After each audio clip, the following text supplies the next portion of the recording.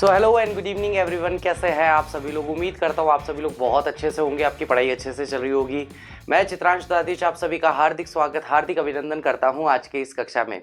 So most welcome everyone, आप सभी का हार्दिक स्वागत है। तो चलिए गाइस, तो बात करने वाले हैं। सबसे पहला हमारा चैप्टर है, चैप्टर का नाम है the last lesson. Last lesson के बारे में आज हमारा डिस्कशन होने वाला है। तो हमारा फर्स्ट चैप्टर है द लास्ट लेसन है ना। हमने पहले भी इस बारे में बहुत हंसी मजाक किया है कि अभी तो 12th क्लास की पढ़ाई शुरू हुई है, शुरू होते ही पहला चैप्टर आ रहा है द लास्ट लेसन। तो द लास्ट लेसन जिसे लिखने वाले हैं एल्फास डोडे। एल्फास डोड जो है ये बताते हैं कि जो वॉर का समय है, जो युद्ध का समय है, जिस समय जर्मनी के बीच में और फ्रांस के बीच में युद्ध के हालात बन रहे हैं, उसमें जर्मनी जो है, जिसे उस समय का पर्शिया भी कहा जाता है, वह युद्ध में जीत जाता है। और युद्ध में जीतने के बाद जो फ्रांस के दो जिले हैं जिनका नाम है एल्सिस एंड लॉरियन, ये दोनों के दोनों जिले जो हैं वे प्राप्त हो जाते हैं फ्रांस को, जर्मनी को। और एक आदेश आता है कि अब से इन दो जिलों में फ्रांसीसी भाषा की स्थान पर जर्मन भाषा पढ़ाई जाएगी।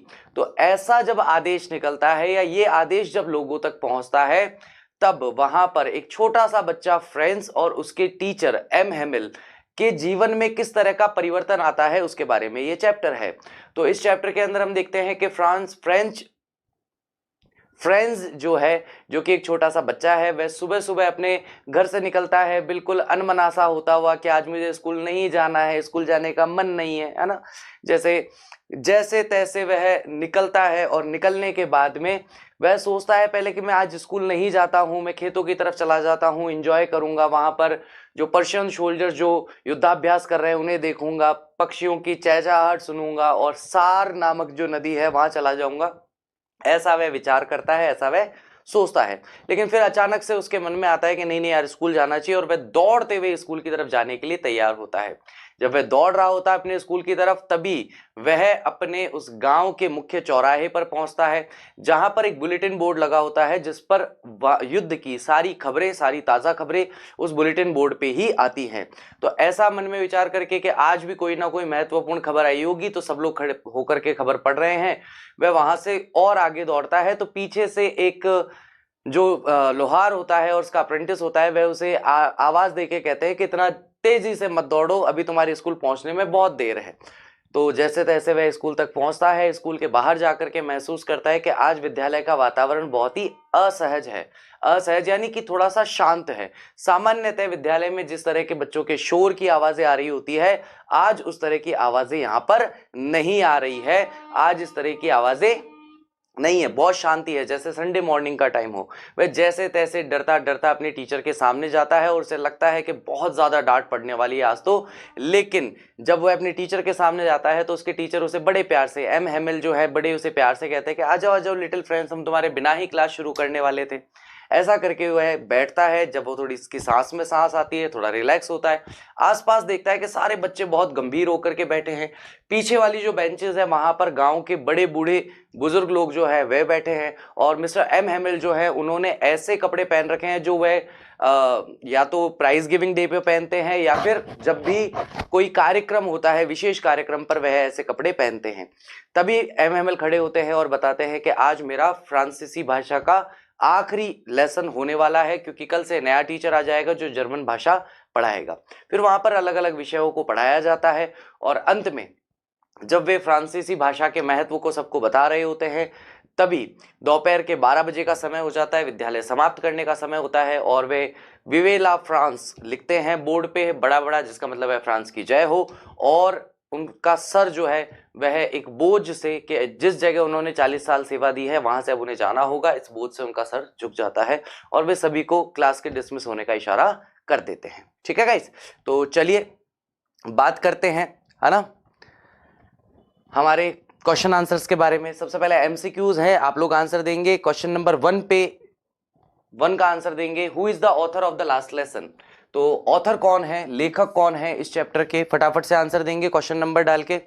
संडे क्लोथ्स कह सकते हो, प्राइज गिविंग डे पर जो क्लोथ्स पहने जाते हैं वो कह सकते हो, या फिर ये कह सकते हो कि जो एनुअल डे पर या डे ऑफ इंस्पेक्शन पर जो कपड़े पहनते थे वो वाले कपड़े थे वो, जिसके अंदर उन्होंने एक वाइट कलर की फ्रिल्ड शर्ट पहन रखी थी, ग्रीन कोट पहन रखा था, सर पे छोटी सी टोपी लगा रखी थी।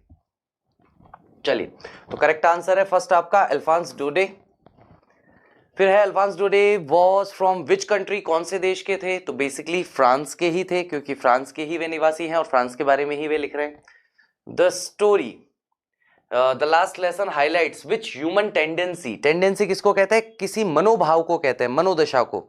तो कौन सी मनोभाव या मनोदशा को ये चैप्टर दिखाता है? करेज यानी कि साहस, कावर्डाइज यानी कायरता, मेल शोविनिज्म, मेल शोविनिज्म का मतलब हो गया कि पुरुष समाज के अंदर, जैसे पुरुष प्रधान समाज होता है ना, कि पुरुषों के अनुसार या पुरुषों के लिए ही सब कुछ, उन्हीं के अनुसार सब कुछ होता है।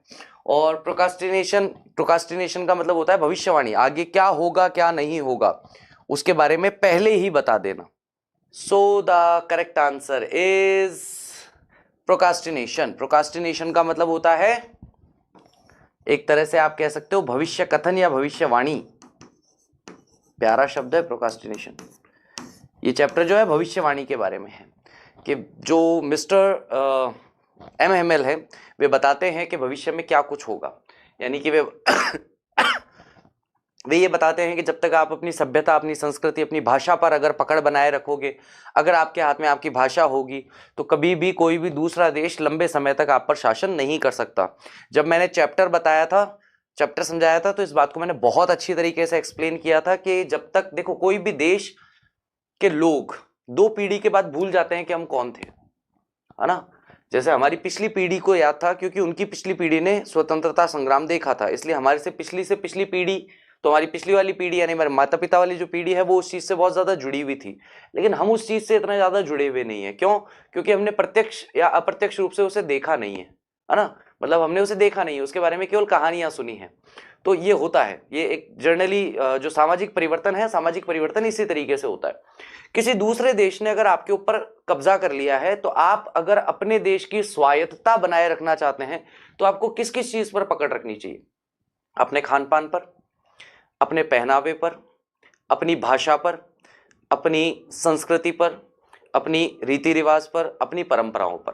अगर आप इन चीजों पर पकड़ बना के रखेंगे ना, तो वो चाहे आप पर 100 साल भी शासन कर लें, 100 साल के बाद भी जब वो जाएंगे तो आप वापस अपने मूल स्वरूप में आ जाओगे। ठीक है। लेकिन अगर उन्होंने आकर के इन चीजों को बदल दिया और अपने अनुसार कर लिया, तो उनके जाने के बाद भी आपको ऐसा लगेगा नहीं नहीं, हम तो जर्मनवासी हैं, हमारी तो भाषा जर्मन ही है, हमारी तो जो संस्कृति है वो जर्मन की ही संस्कृति है, क्योंकि आपने अपनी इन चीजों को छोड़ दिया, है ना। तो अगर आप वही बने रहना चाहते हैं, तो उसके लिए क्या चाहिए होगा आपको, कि आप इन कुछ चीजों पर, सांस्कृतिक और मतलब कल्चरल जो चीजें हैं उन पर आप पकड़ बना के रखेंगे तो ठीक रहेगा, है ना। ऐसा इस चैप्टर में बताया गया। What were the things being taken for granted by the people of Alsace? कौन सी, देखो, किसी भी चीज को टेकन फॉर ग्रांटेड का मतलब ये होता है कोई चीज जो हमें प्राप्त हो गई है, बहुत आसानी से प्राप्त हो गई है, उस चीज के महत्व को ना समझना, तो उसको हम कहते हैं टेकन फॉर ग्रांटेड, है ना। जैसे हमें अपने माता पिता से जो कुछ मिल रहा है, जो नहीं मिल रहा है हमारे दिमाग में वो ज्यादा आता है, जो मिल रहा है उसको हम क्या कर रहे हैं, हम टेकन फॉर ग्रांटेड ले रहे हैं उस चीज को, यानी उस चीज के महत्व को समझ नहीं रहे, है ना। चलिए, money and power, teachers and teachers of the school, time and school, people around. तो टाइम एंड स्कूल, समय को टेकन फॉर ग्रांटेड लिया जाता है, स्कूल को टेकन फॉर ग्रांटेड लिया जाता है ना। सी ही इसका आंसर है। What does the last lesson symbolize? Symbolize का मतलब होता है किसी भी चीज को प्रतीक के रूप में दर्शाना, प्रतीकात्मक रूप से दर्शाना, है ना। तो यहां पर द लास्ट लेसन किस चीज का सिंबल है, किस चीज का प्रतीक है? लॉस ऑफ लैंड, भूमि को खो देने का है। लॉस ऑफ फैमिली, परिवार को खो देने का है। Loss of language and freedom, loss of language and freedom, mainly तो यहां पर फ्रांसीसी भाषा के बारे में ही ज्यादा बात हो रही है। What do the marching soldiers under the Windows represent? तो जो मार्च का मतलब होता है एक तरीके से, मैंने भी कल परसों भी एक हिंदी में शब्द बताया था, परेड करना। तो जो खिड़की के नीचे जो सोल्जर्स, जो सैनिक मार्च कर रहे हैं, परेड कर रहे हैं, वह क्या दर्शाता है? Defeat of Persia. डिफीट का मतलब होता है हार। क्या वे पर्शिया की हार बता रहे हैं? नहीं बता रहे। द विक्ट्री ऑफ फ्रेंच, क्या फ्रांसीसियों की जीत को बता रहे हैं? नहीं बता रहे। नन ऑफ दीज, इनमें से कुछ नहीं। The down of Persian in the defeat of French people, ये बता रहे हैं, है ना, the down of Persia in the defeat of French people, कि किस तरीके से उदय हुआ है पर्शिया का और किस तरीके से हार हुई है किसकी, फ्रांसीसी लोगों की। From where did the orders come to teach only German in the districts of Alsace and Lorraine, कहां से ये आदेश आए थे कि अब से केवल और केवल जर्मन भाषा ही पढ़ाई जाएगी एल्सेस और लॉरेन के डिस्ट्रिक्ट्स में, तो ये आए थे बर्लिन से, क्योंकि युद्ध की रणनीति क्षेत्र के जो सारे आदेश आ रहे थे वे बर्लिन से आ रहे थे, है ना। चलिए, why was Franz reluctant to go to school. Reluctant का मतलब होता है किसी चीज को करने में आनाकानी करना, मना करना, मन ना होना, ऐसा रिलक्टेंट, है ना, रिलक्टेंट होता है वो। Why was France reluctant to go to school? He had not prepared the lesson on participles, wanted to enjoy warm sunlight, wanted to see soldiers drill, wanted to enjoy outdoors. वैसे देखा जाए तो सारे ही answer सही हैं, लेकिन main answer तो ये सही है, क्योंकि उससे उसके टीचर ने कहा था कि भैया मैं तुमसे कृदंत पर सवाल पूछूंगा। किस पे पूछूंगा? कृदंत से संबंधित प्रश्न पूछूंगा। कृदंत हिंदी भाषा के नहीं, फ्रांसीसी भाषा के, और उसे वो याद नहीं थे, उसे वो तैयार नहीं थे, बिल्कुल भी थे, तो उसने तैयार नहीं किया था लेसन जो पार्टिसिपल्स पे तैयार करना था। What did France find on reaching the school? France को क्या मिला जब वह विद्यालय पहुंचा? वहां पहुंचकर उसने क्या देखा? स्कूल वॉज क्लोज्ड, स्कूल बंद था। पुलिस वॉज पेट्रोलिंग, पुलिस वहां गश्त लगा रही थी। पेट्रोलिंग का मतलब होता है गश्त लगाना। शहर के लोगों ने शायद ये वर्ड सुना होगा, गश्त, है ना। There was a strange quietness, बिल्कुल एक अजीब, एक विचित्र तरह की शांति थी। People were dancing. आज से फ्रांसीसी भाषा नहीं पढ़नी पड़ेगी, चलो नाचो। ऐसा थोड़ी होगा, लोग नाच नहीं रहे थे। Who had occupied the back benches in the class? पीछे की जो बेंचेस थी उन्हें किसने ऑक्यूपाई कर लिया था? ऑक्यूपाई करने का मतलब है कौन उन पर बैठा हुआ था। तो correct answer is village elders, गांव के जो वृद्ध लोग थे। टीचर्स नहीं बैठे थे, गांव के वृद्ध लोग बैठे थे, मॉनिटर्स नहीं बैठे थे क्लास के, और कमजोर विद्यार्थी नहीं बैठे थे। Why was France surprised? France जो है वह क्या देख करके सरप्राइज्ड हो गया था, चौंक गया था? Because of police patrolling, because of MML's kind and polite behaviour, because of students behaviour, because of village elders. देखो वैसे तो आंसर बी भी हो सकता है और डी भी हो सकता है, लगाओ आपके हिसाब से क्या करेक्ट आंसर आएगा। मेन जो कारण था वो था कि MML, उसे लगा था कि MML सर बहुत ज्यादा डांटेंगे, लेकिन वो उसे बड़े प्यार से कहते हैं आ जाओ आ जाओ, हम तुम्हारे बिना ही क्लास स्टार्ट करने वाले थे, आ जाओ लिटिल फ्रेंड्स, है ना। Why was friends feeling regretful and sad? Regretful का मतलब होता है पछतावे का भाव। तो MML जो है उसके मन में पछतावे का भाव क्यों था और क्यों वह दुखी महसूस कर रहा था? क्योंकि सरकार बदल गई थी। फॉर नॉट लर्निंग पार्टिसिपल्स, क्योंकि उसने पार्टिसिपल्स नहीं पढ़े थे। फॉर वाटरिंग द प्लांट्स, पौधों को पानी दिया जा रहा था या पौधों को पानी देने के लिए। फॉर रीचिंग लेट, या स्कूल लेट पहुंचने के लिए। चलिए, सो करेक्ट आंसर इज क्योंकि वह स्कूल देरी से पहुंचा था, इसलिए उसे बहुत पछतावा हो रहा था और उसे बहुत सैड फील हो रहा था, उसे बहुत दुख महसूस हो रहा था। Whom did MML blame for not sending students to school? MML ने किसके ऊपर ब्लेम किया, आरोप लगाया स्टूडेंट्स को, विद्यार्थियों को स्कूल ना भेजने के लिए? टीचर्स, पेरेंट्स, फ्रेंड्स और वॉचमैन। तो भाई कौन भेजता है हमें स्कूल? कौन भेजता है? घर वाले ही भेजते हैं, है ना, बता दिया। For not learning participles, sorry What did Hauser bring? Hauser क्या लाया था? तो एक ओल्ड प्राइमर लाया था। प्राइमर किसको कहा जाता है? वर्णमाला की पुस्तक। वर्णमाला की एक पुस्तक होती है, मुझे नहीं पता आप लोगों के यहां पर क्या बोलते हैं उसे, हमारे यहां पर उसे बारखड़ी बोलते हैं। बारखड़ी, राजस्थान में सामान्यतः हम बारखड़ी की किताब बोलते हैं, राजस्थान वाले। ओके, चलिए, what made France forget MML's ruler and crankiness? क्या चीज थी जिसकी वजह से फ्रेंच जो है वो एम हेमेल की छड़ी के बारे में भूल गया और उनका पागलपन या उनका सनकीपन के बारे में भूल गया कि वे कितने सनकी इंसान थे।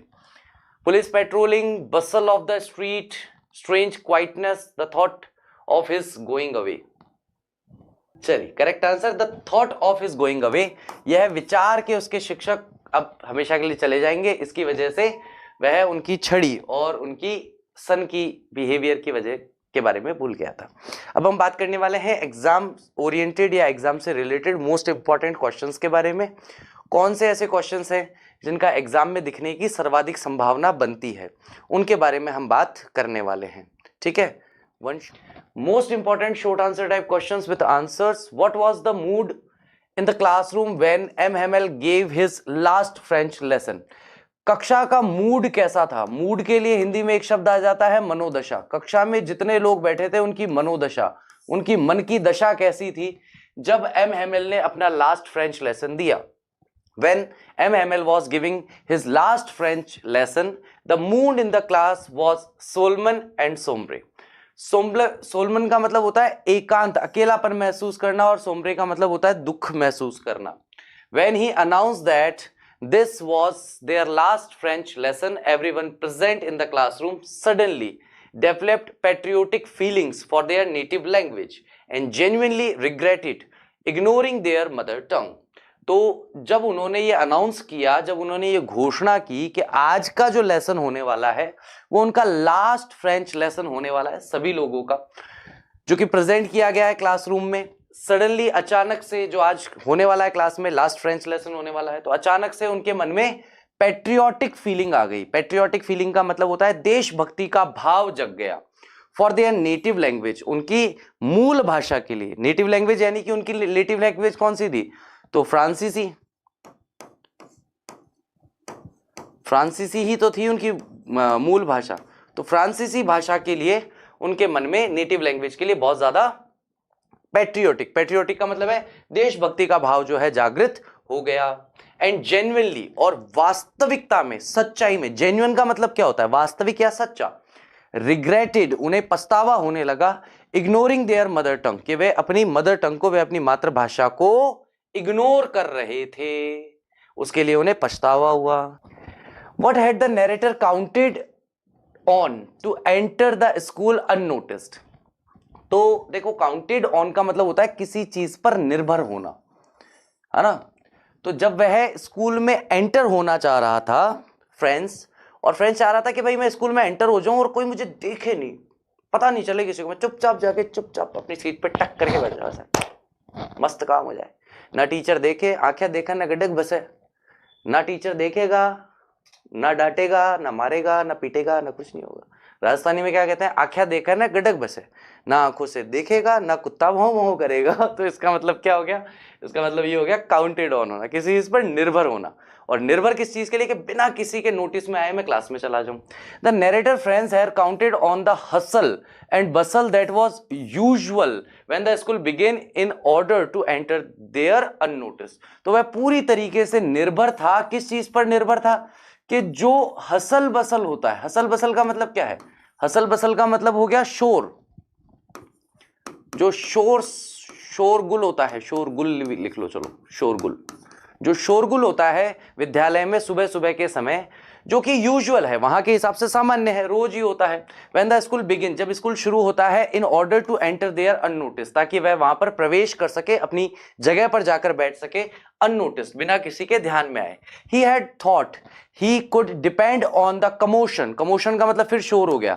उसने सोचा था कि भाई वह डिपेंड कर सकता है, वह निर्भर रह सकता है उस शोर पर, to get to his desk, अपनी डेस्क तक पहुंचने के लिए, without anybody noticing that he was late for the class, बिना किसी व्यक्ति की नजर में आए कि वह क्लास के लिए लेट हो गया है या वह आज देरी से आया है।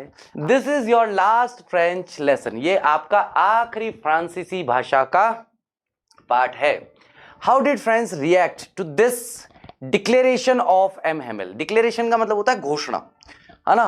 तो जब एम हेमेल ने ये घोषणा की कि आज आपका आखिरी फ्रेंच लेसन होने वाला है, इस पर फ्रेंड्स ने कैसे प्रतिक्रिया दी? When MML declared that it was their last French lesson, a grim realization dawned on Franz that he had so much more yet to learn. तो जैसे ही उन्होंने डिक्लेयर किया तो एक बहुत ही ग्रिम का मतलब होता है गंभीर, है ना, सीरियस, रियलाइजेशन मतलब उसको समझ में आ गया कि भैया अपनी स्थिति बहुत खराब है। जैसे तुम लोगों को अभी रियलाइज हो रहा है कि बाबा अपना फेल होने का पूरा चांस है, इसीलिए तो अभी थोड़ी देर पहले क्वेश्चन आया था, सर क्रश कोर्स कर लेंगे तो हमारा काम हो जाएगा क्या? ये रियलाइजेशन है, इट्स अ ग्रिम रियलाइजेशन कि देखो अपन ने साल भर तो कुछ पढ़ा नहीं, क्रैश कोर्स पढ़ लेंगे तो अपन पास तो हो जाएंगे ना। तो ये इसी को कहते हैं ग्रिम रियलाइजेशन। ठीक है। डाउन जो कि गिर पड़ा फ्रांस के ऊपर, यानी उसके दिमाग में आया that he had so much more yet to learn, कि अभी उसके लिए जानने के लिए, पढ़ने के लिए, सीखने के लिए बहुत कुछ है। He felt sorry for willing away his time, वह बहुत ही शर्मिंदगी महसूस कर रहा था कि विलिंग अवे का मतलब होता है व्यर्थ करना, वह अपने समय को बहुत व्यर्थ कर रहा था। And skipping his lesson, skipping का मतलब है लेसन अटेंड ना करना, लेसन से भाग जाना, ये सारी चीजें। Now he did not want to part his books, part का मतलब होता है अलग हो जाना, पृथक हो जाना, है ना। अब वह अपनी किताबों से अलग नहीं होना चाहता था। Which he had earlier considered nuisance, वह किताबें जिन्हें वह पहले बकवास मानता था। He was also deeply pained at the thought that M. Hamel was leaving, और वह बहुत ही डीपली, उसे बहुत ही गहराई से दुख हो रहा था, दर्द हो रहा था, पीड़ा हो रही थी, है ना, इस विचार पर कि एम हेमेल जो है वह अब यहां से छोड़कर जाने वाले थे। ये विचार भी उसे बहुत कष्ट या पीड़ा दे रहा था। What a thunderclap these words were to me. Which were the words that shocked and surprised little friends? थंडरक्लैप का मतलब होता है वज्रपात, बिजली गिर जाना। तो कैसा वज्रपात था या कैसी बिजली गिरी थी इन शब्दों से मेरे ऊपर? कौन से शब्दों की बात यहां पर की जा रही है जिसने पूरी तरीके से चौंका दिया, सरप्राइज कर दिया, आश्चर्यचकित कर दिया उस फ्रेंड्स को? When M. Hamel mounted on the chair, mounted on the chair का मतलब है चेयर पर से खड़े होना। तो जब M. Hamel पहले बैठे हुए थे, लेकिन जब वह चेयर से खड़े हुए, announced that he was there to teach his last French lesson, और उन्होंने घोषणा की कि वह आज अपना फ्रांसीसी भाषा का आखिरी लेक्चर लेने वाले हैं। उस दिन फ्रेंड्स वॉज शॉक्ड, फ्रेंड्स सुनकर के पूरी तरह से शॉक्ड हो गया, चौंक गया, सरप्राइज्ड, है ना। वैसे शॉक्ड लिखना भी काफी होगा, सरप्राइज लिखने की आवश्यकता नहीं है। He felt very guilty for deliberately ignoring the two learn his native language, और उसे बहुत ही गिल्टी यानी अपराध बोध महसूस हुआ, उसे बहुत ही शर्मिंदगी हुई। कैसे शर्मिंदगी हुई? क्योंकि जानबूझकर उसने अपनी पढ़ाई को टालना शुरू कर दिया था, वह इग्नोर कर रहा था हिज नेटिव लैंग्वेज, उसकी मूल भाषा को। And he suddenly developed a strange fascination for his language and his school, और अचानक से उसके मन में एक अजीब सा, फैसिनेशन का मतलब होता है एक आकर्षण पैदा हो गया था, आकर्षण रूपी प्रेम पैदा हो गया था अपनी भाषा के लिए और अपने विद्यालय के लिए। तो पहले जो भाषा उसे बिल्कुल बकवास लगती थी कि यार मुझे नहीं पढ़ना संतों का इतिहास, मुझे नहीं पढ़नी है सारी की सारी चीजें।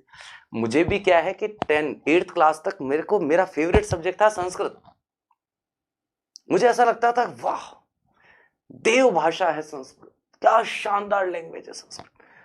तो यही है कि अचानक से जब उसको लगा कि भाई अब मेरा जो प्रिय विषय है अब मुझे पढ़ने को नहीं मिलेगा, वह क्या हो जाएगा, मुझसे दूर होने वाला है, अपनी भाषा पढ़ने का मौका नहीं मिलेगा, तभी उसके मन में एक फैसिनेशन उसके लिए जागृत हो जाता है। What changes came over little friends after he heard M. Hamel's announcement?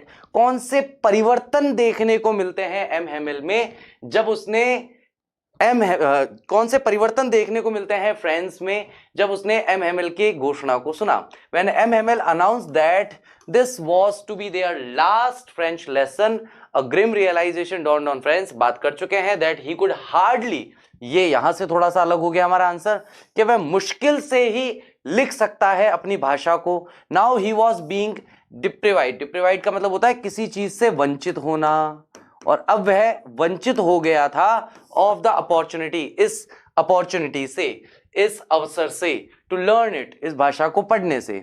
He felt very guilty of neglecting his classes and escaping school, और उसे बहुत ही गिल्टी महसूस हो रहा था, उसे बहुत ही अपराध बोध हो रहा था कि वह नेग्लेक्ट कर रहा था, नजरअंदाज कर रहा था अपनी क्लासेस को और स्कूल से भाग रहा था।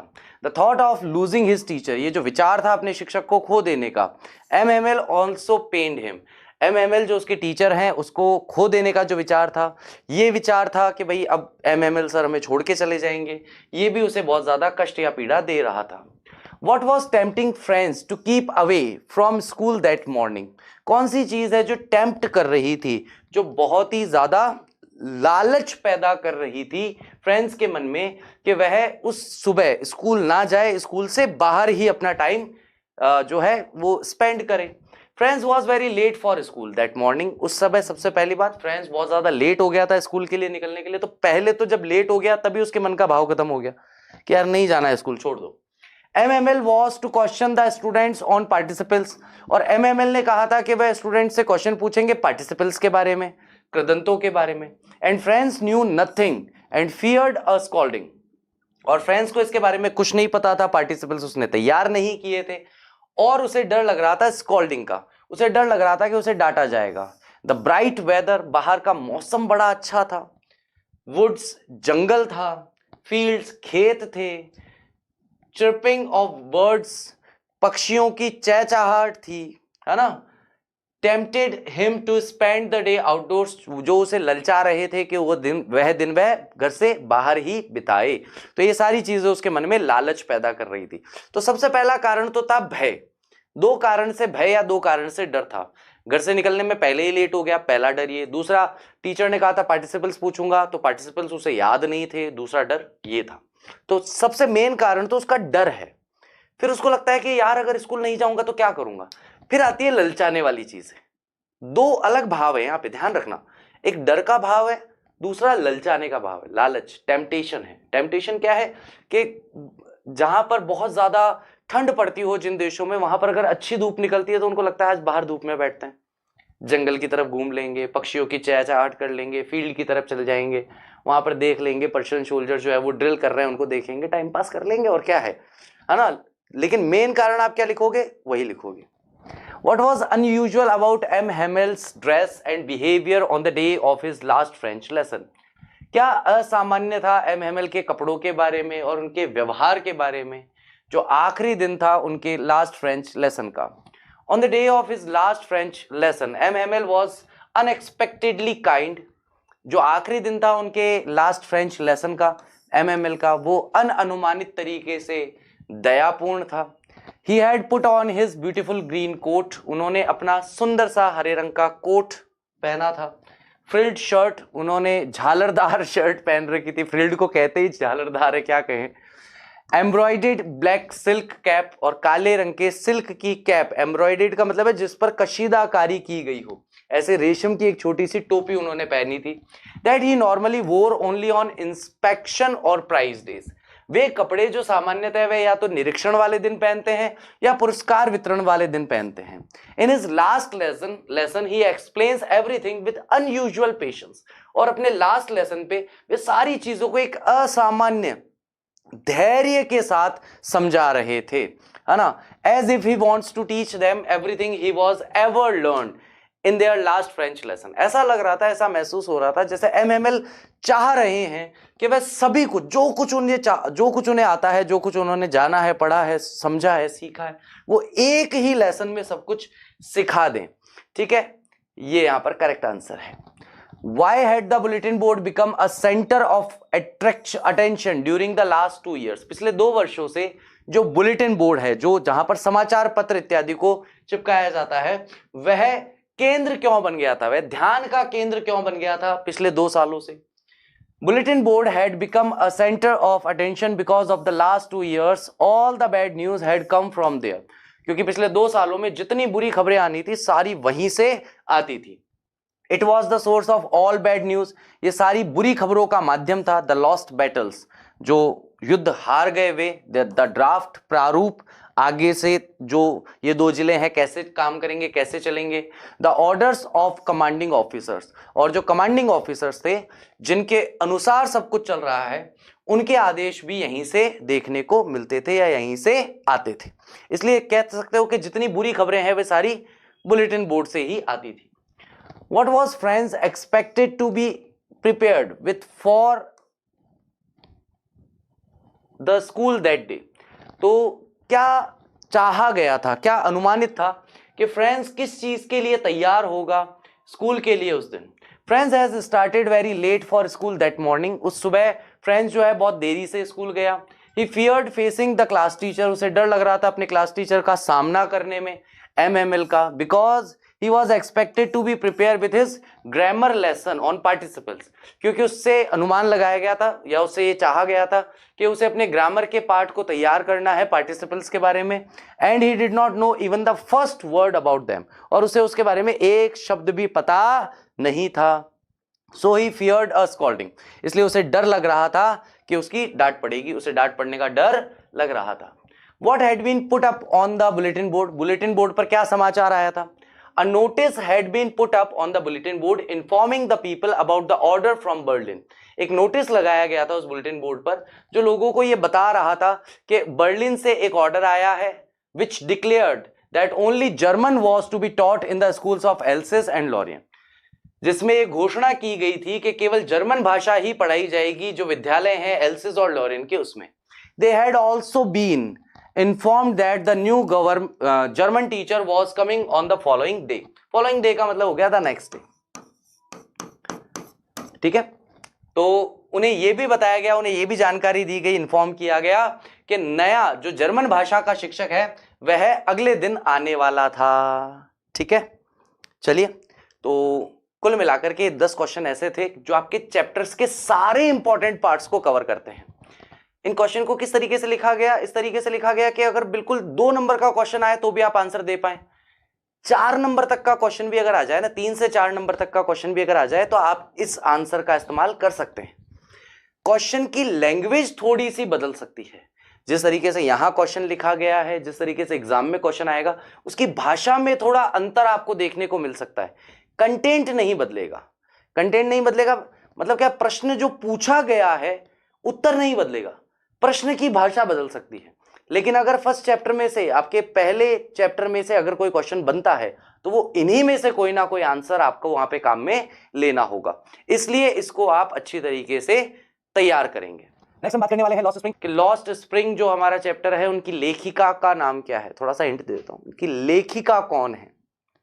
याद हो तो ये वही लेखिका है जो साहिब आलम के साथ में सीमापुरी का दौरा करने भी जाती है, और ये वही लेखिका है जो फिरोजाबाद के अंदर जो बैंगल मेकर्स हैं उनके यहाँ पर भी खुद चलकर जाती हैं।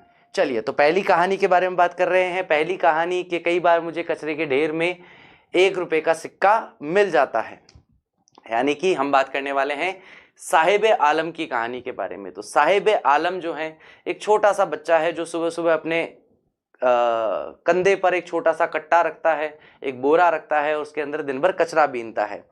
कचरा जो है उसके 2 अर्थ हैं, क्योंकि बच्चों के लिए कचरा जो है वह अद्भुत और आश्चर्यजनक चीजों से भरा हुआ है, क्योंकि खोजते खोजते खोजते कुछ भी बहुमूल्य चीज या कोई भी उनकी रुचि की चीज उन्हें मिल जाती है। लेकिन माता पिता जो है वे भी कचरा बीनने का ही काम करते हैं, और उनके लिए कचरा बीनने का क्या मतलब है? अपनी आजीविका चलाना, अपने आप को जीवित रखना, है ना। अपने भरण पोषण के लिए उन्हें जो पैसे चाहिए वो वही कचरा बेच करके उन्हें मिलते हैं। तो यहाँ पर साहिब आलम जो है वह उसके जैसे ही कई सारे लड़कों के साथ अनीस जंग से मिलता है, और अनीस जंग से मिलने पर अनीस जंग उनसे बातचीत करना शुरू करती है, थोड़ा उनका परिचय लेती है। जैसे ही वह बताता है मेरा नाम है साहिब आलम, यानी कि द लॉर्ड ऑफ यूनिवर्स, इस पूरी कायनात का मालिक हूं मैं, ऐसा नाम है मेरा। तो अनीस जंग के मन में विचार आता है कि जब ये बड़ा होगा और अपने नाम के अर्थ को समझेगा तो इसे बड़ी मुश्किल होने वाली है इस अर्थ को स्वीकार करने में कि मैं 2 वक्त की रोटी खाने के जिसके पता ही नहीं है, मैं कायनात का स्वामी हूँ, कायनात का मालिक हूँ मैं। तो इसी तरीके से वह उनके बारे में बताना शुरू करती है कि एक बार वह उनसे पूछती है कि भाई तुम स्कूल क्यों नहीं जाते?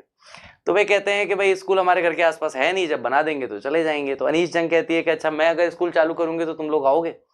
तो साहिब आलम कहता बिल्कुल आएंगे, हम तो पढ़ना चाहते हैं। तो कुछ समय के बाद ये एक सामान्य बात होती है और अनीश जंग इस बात को भूल जाती है। तो साहिब आलम दौड़ता हुआ आता है और उनसे पूछता है कि क्या आपने जो कहा था स्कूल तैयार करने के लिए, क्या वो स्कूल तैयार हो गया है? तो मैं पढ़ने आना चाहता हूँ। लेकिन ये एक ऐसा वादा था जो अनीश जंग करना नहीं चाहती थी, लेकिन साहिब आलम को लगा कि अनीश जंग को ये विद्यालय प्रारंभ करना चाह रही हैं। इसी तरीके से एक बार और बात करते हुए पूछती है कि भाई तुमने चप्पल जूते क्यों नहीं पहन रखे? तो वह बताते हैं कि भाई चप्पल जूते, एक तो कहता है ही नहीं, दूसरा कहता है कि है लेकिन मेरी माँ ने टंड पे ऊपर रखे हुए हैं, तीसरा कहता है कि मेरी माँ अगर उतार के दे भी दे तो भी ना पहनूं। तो वो पूछती भाई क्यों ना पहनो? बोले कि 2 जूते हैं, दोनों ही अलग अलग है। यानी कि एक 2 जोड़े जूते के थे, एक का लेफ्ट पैर खराब हो गया, एक का राइट पैर खराब हो गया, दोनों को मिला करके एक जोड़ी और बना दी गई। तो एक नीला है एक पीला है, 2 अलग अलग जूते हैं। बोले मेरी माँ मुझे दे तो भी ना पहनाऊं। तभी फिर वो वहां पर उदीपी की एक कहानी सुनाती है और आगे बताती है कि फिर सीमापुरी के अंदर किस तरह के हालात हैं, किस तरीके से लोग बहुत ही बुरी अवस्था में अपने जीवन को जी रहे हैं। फिर साहिब आलम की कहानी आगे बढ़ती है और इसमें हम देखते हैं कि साहिब आलम जो है उसने कचरा बीनना छोड़ दिया है। वह चाय की दुकान पर काम करता है जहां उसे 800 रुपये की तनख्वाह मिलती है और 2 वक्त का खाना मिलता है और अब वह अपना पसंदीदा जीवन नहीं जी पा रहा। इसी बीच में एक छोटी सी घटना और बताई जाती है जो टेनिस प्ले को लेकर के, टेनिस का जो गेम है, स्पोर्ट है, उसको लेकर के बताई जाती है कि एक समय जब वह टेनिस ग्राउंड के बाहर खड़े होता है तो उसे उसके पैरों में टेनिस शूज उसने पहन रखे होते हैं। तो वह अनीश जंग को एक्सप्लेन करता है कि मैंने चुराए नहीं है, इसमें से एक के नीचे छेद हो रखा है, एक जूते के नीचे। तो किसी अमीर व्यक्ति को बड़ी तकलीफ थी इसे पहनने में, तो उसने इसको छोड़ दिया, डिस्कार्ड कर दिया, तो मैंने इन्हें पहन लिया।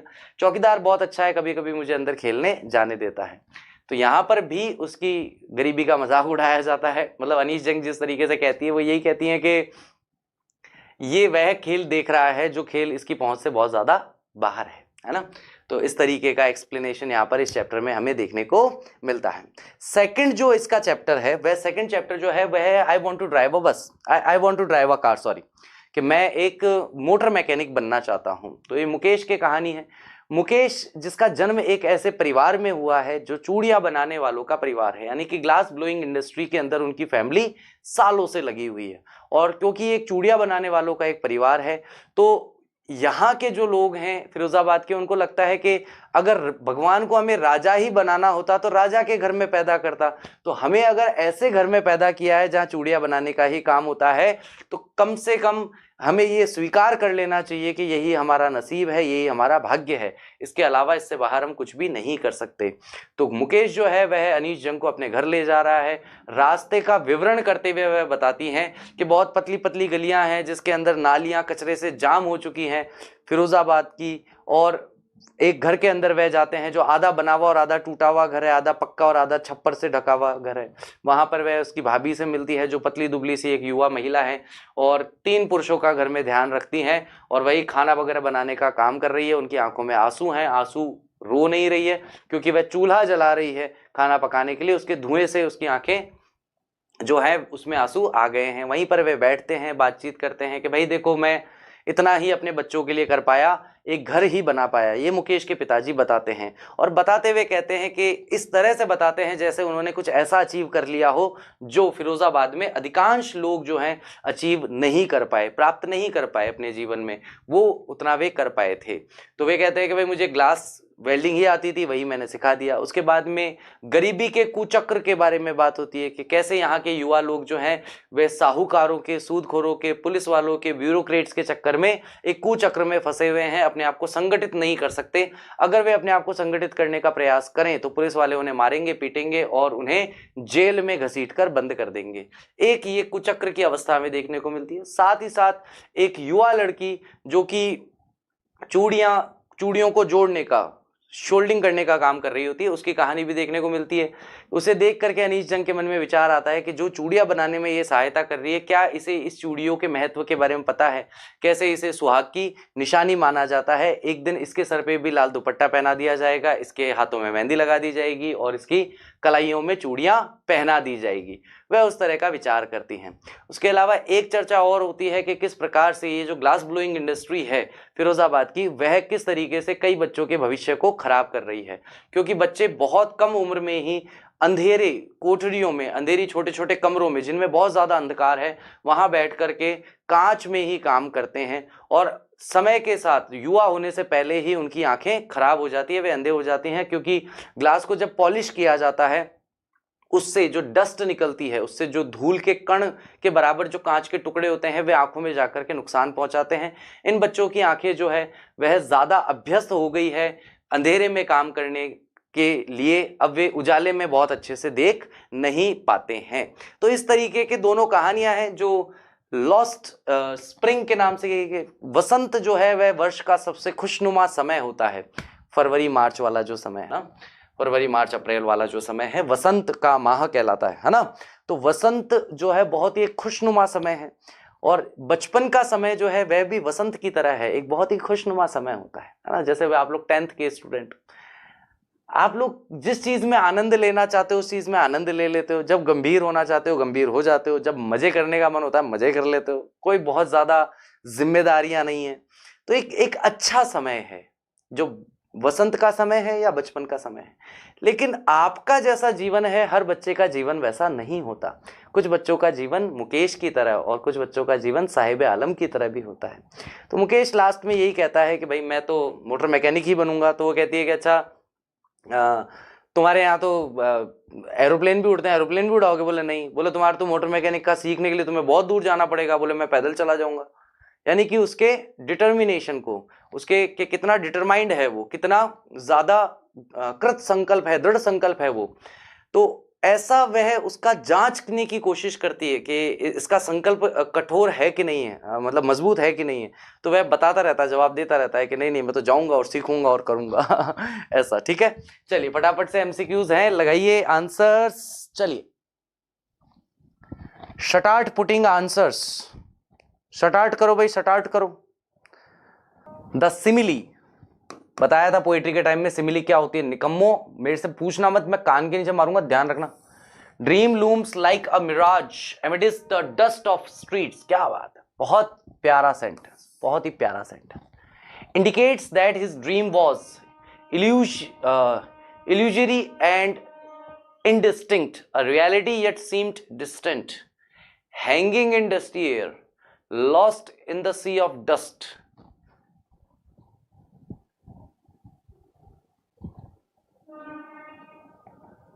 Dream looms like a mirage amidst the dust of streets.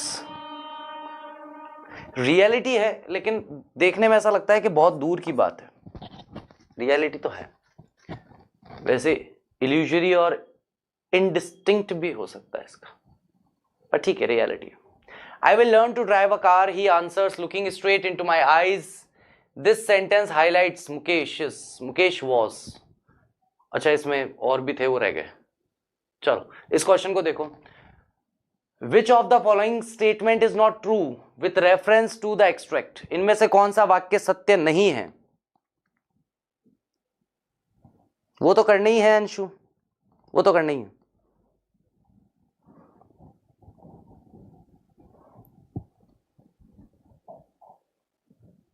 The children are unaware that it is forbidden by law to work in the furnaces. Children toil in the furnaces for hours which affect their eyesight. The work in badly lit and poorly ventilated furnaces. Firozabad has emerged as a nascent producer of bangles in the country. इसमें से ये सत्य नहीं है। नहीं यार, sir not true पूछा है ना, तो मुझे ही कंफ्यूज कर रहा है। The children are unaware that it is forbidden by law. Unaware. Not true. ये दो तो ट्रू हैं।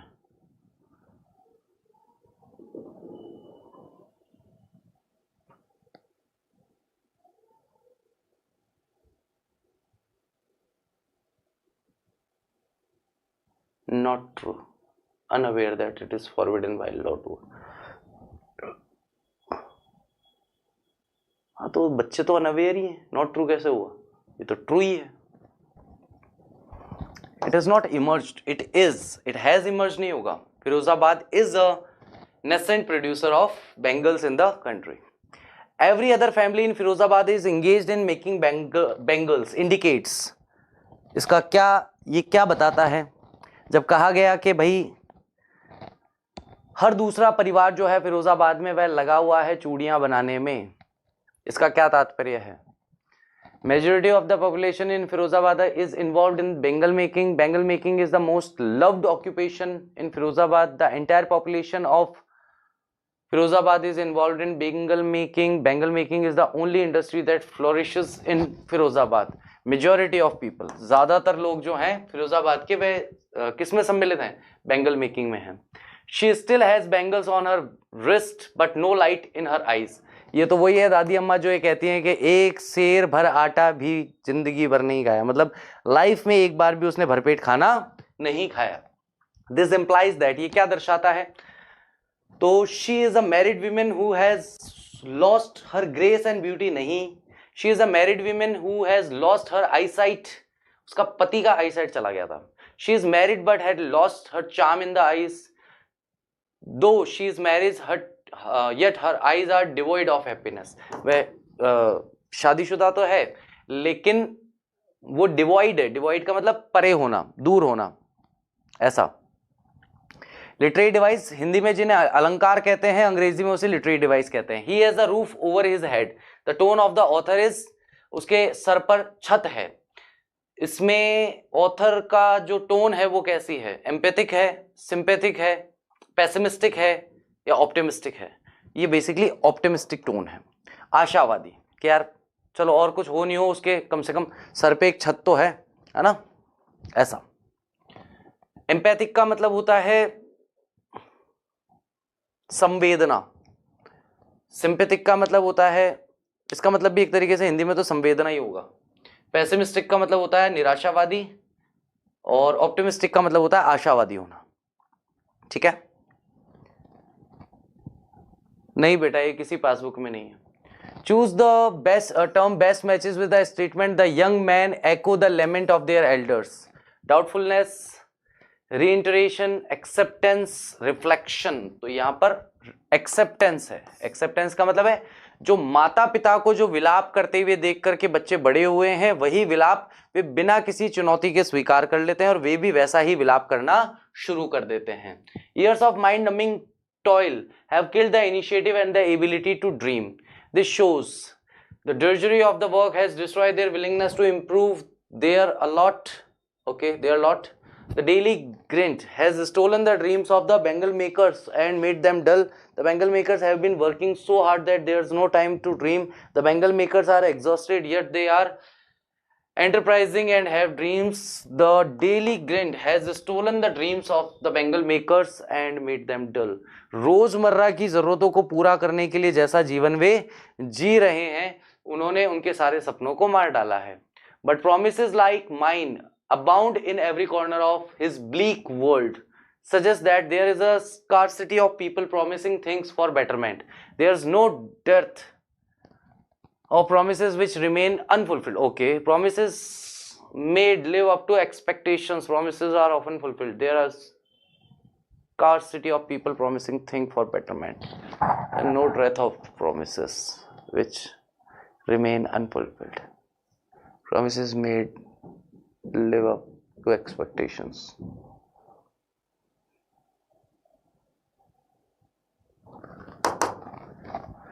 From this chapter, it is evident that the author has an attitude of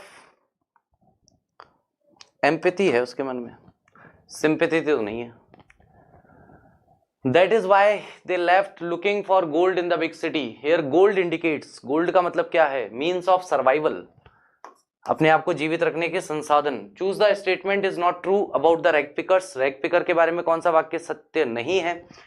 Children are equally involved as parents. Rag picking has become a skill and art. The rag pickers settle permanently नहीं, उनके ट्रांजिस्ट home होते हैं. कैसे होते हैं? ट्रांजिस्ट home होते हैं. ट्रांजिस्ट का मतलब क्या हो गया? अस्थायी घर होते हैं उनके. Why does the author say the bangle makers are caught in a vicious web? Vicious का मतलब है कुचक्र, या आप कह सकते हो web का मतलब होता है जाला. Bangle makers are caught in poverty and societal indifference, क्योंकि वे गरीबी में रह रहे हैं और एक सामाजिक अभिन्नता के अंग में या उस तरीके से जी रहे हैं। चलिए, what is the central theme of lost spring? Pitiable poor children and lost childhood, यही है, दयनीय गरीब बच्चे और उनका खोया हुआ बचपन। What forces children to live a life of exploitation, greed, extreme poverty, कौन सी चीज है जो बच्चों को विवश करती है कि उन्हें एक्सप्लॉयटेशन, उत्पीड़न का जीवन जीना पड़ता है। बस ये क्वेश्चन आंसर कंप्लीट करेंगे, उसके बाद में क्लास एंड करेंगे। आज केवल यही क्वेश्चन आंसर पढ़ेंगे, कल थोड़ा सा और क्वेश्चन आंसर का मैं तरीका बदल लूंगा। चलिए, तो बात करते हैं। What does the writer mean when she says Saheb is no longer his own master? तो यहाँ पर लेखिका क्या कहना चाहती है जब वह कहती है कि साहिब अब अपना मास्टर, अपना मालिक स्वयं नहीं रहा है। Saheb now works at a tea stall and is bound to his master. Saheb अब एक चाय की दुकान में काम करता है और अपने मालिक से जुड़ा हुआ है, बंधा हुआ है। The steel canister he carries belongs to the master. जो स्टील का कनिस्तर वह उठाकर चलता है वह उसका नहीं है, मालिक का है। अनलाइक द प्लास्टिक बैग, अब वह प्लास्टिक बैग की तरह नहीं है। दैट वॉज हिज ओन, जो उसका खुद का था। हैंस, इसलिए he has lost his freedom, उसने अपनी स्वतंत्रता को खो दिया है। It is possible for Mukesh to realise his dream, क्या यह संभव था मुकेश के लिए कि वह अपने सपने को सोच सके या समझ सके? Yes, Mukesh determination can help him because a motor mechanic if he gets training at a garage and works hard. हाँ, मुकेश का जो डिटर्मिनेशन है, जो दृढ़ निश्चय है, वह उसकी सहायता कर सकता है मोटर मैकेनिक बनने में, अगर वह जाकर के ट्रेनिंग लेता है, प्रशिक्षण लेता है एक गैराज में, और अगर कठिन परिश्रम करता है तो। Do you think Sahib was happy to work at the tea stall? क्या आपको लगता है कि साहिब बहुत ही खुश था उस चाय की दुकान पर काम करके? No, he lost his freedom and carefree life though he earned a fixed income. नहीं, उसने अपनी स्वतंत्रता और अपना एक जो बेपरवाह वाला जीवन था वह खो दिया था। अब वह एक फिक्स इनकम यानी 800 रुपए की इनकम वह कमा रहा था। कितने रुपए कमा रहा था वह? 800 रुपए प्रति माह कमा रहा था, है ना। 800 रुपए और अपना 2 वक्त का खाना, 4 वक्त का खाना, ऐसा। What does the title lost spring convey? तो लॉस्ट स्प्रिंग जो टाइटल है, हमारा शीर्षक है, वह क्या बताता है? It shows how poor children lose their childhood to poverty and forced labour.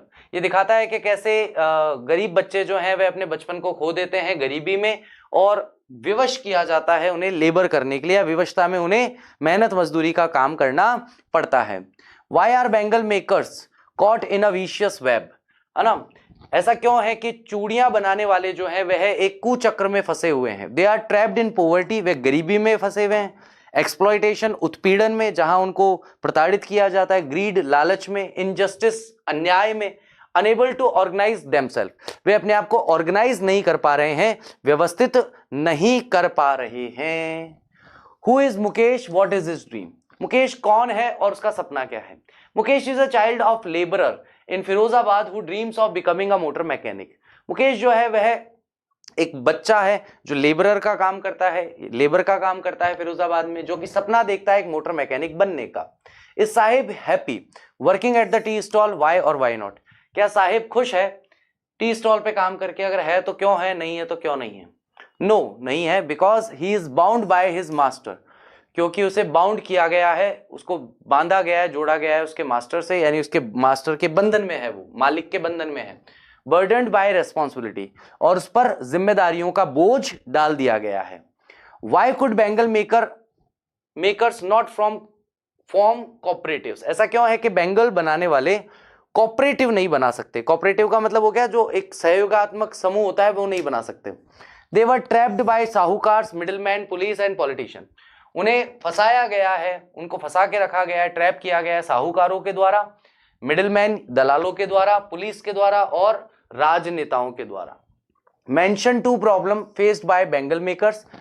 2 समस्याओं का उल्लेख कीजिए जिन समस्याओं का सामना करते हैं बैंगल मेकर्स। एक है हेल्थ हजार्ड्स, स्वास्थ्य संबंधित समस्याएं, जैसे कि आंखों की रोशनी का खो जाना, working in poor unsafe condition, और बहुत ही खराब असुरक्षित परिस्थितियों में काम करना। Garbage has 2 meanings, comment. Garbage के 2 अर्थ हैं, बताइए। For children garbage is a source of Joy and hope. बच्चों के लिए कचरा जो है वह आनंद का और उम्मीद का साधन है। For adults it is survival, और बड़ों के लिए ये अपने आप को जीवित रखने का साधन है। ठीक है, चलिए आप सभी का बहुत बहुत धन्यवाद।